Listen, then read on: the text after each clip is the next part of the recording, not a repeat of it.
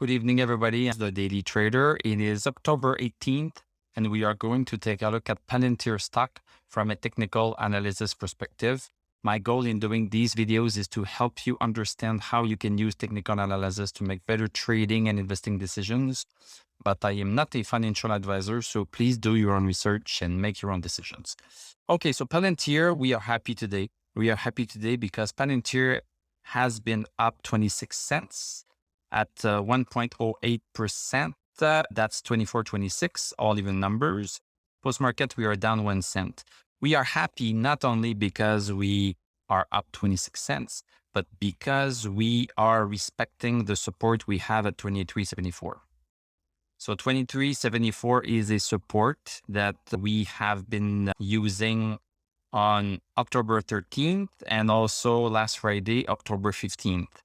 So we had a nice run up since October 11th going up, and stocks never go up all the time. They always have a little bit of a pullback, and we want that pullback to be higher than the original low that they made. So we have a low at 23.10, and if we want to get into a bullish mode again after having fell down like this, we want the stock to be making higher lows. So we have a low here, and then we have another low here. So the stock tried to make a higher low, but it just made an equal low. But now we are doing another push, and we seem to be stabilizing right here, making a higher low. So if we can maintain 23.74 for a while without going any lower, then we hope that the stock is going to make another move like this, another top, because the top is right here, and we have a top here. We have descending tops and ascending lows. Let me just get rid of this. So when we have this happening, what we can do is that we can draw a line like this. So this means that we are effectively in a triangle, a symmetrical triangle. So this is the equal triangle. And the theory behind this pattern in stock analysis is that the stock is undecided. So the stock can go up and down, and we cannot predict what is going to happen. So either it's going to go up or it's going to go down. It can also stay sideways, so that's better than going down. But this is different than an ascending triangle, which means that the stock should go up, or a descending triangle, which means that the stock should be going down. So now we have a symmetrical triangle.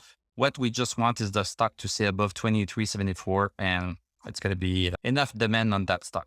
Let's go see the 1 hour charts. Okay, so this is the first candle of the day. Nice green candle. Boom. Nice green candle. Look at this strong candle. So I like to see this. So last Friday, we were close to 23.90 something. So getting closer to 23.74, and stochastic was, at 18.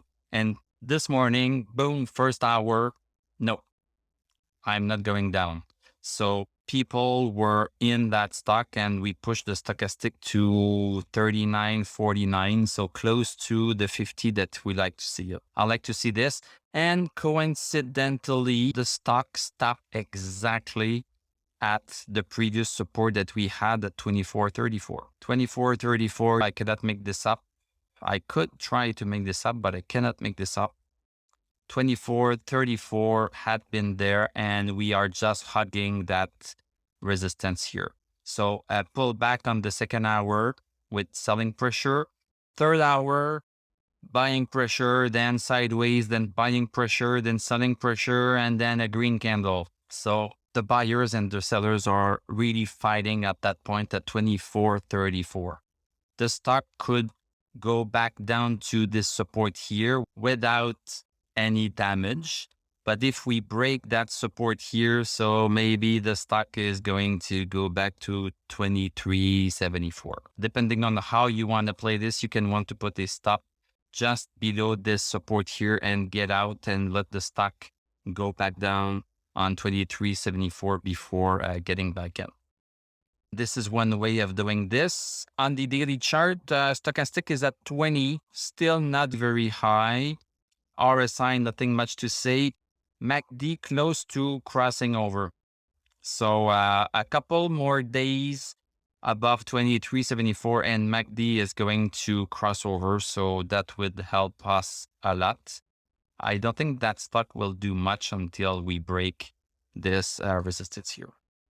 Yeah, it takes time for a stock that has just fell down a lot to just recover a little bit. So this is the resistance that we need to cross in within a week or two. We should see if we cross this or if we continue into this downward channel, because we are in a bearish channel right here.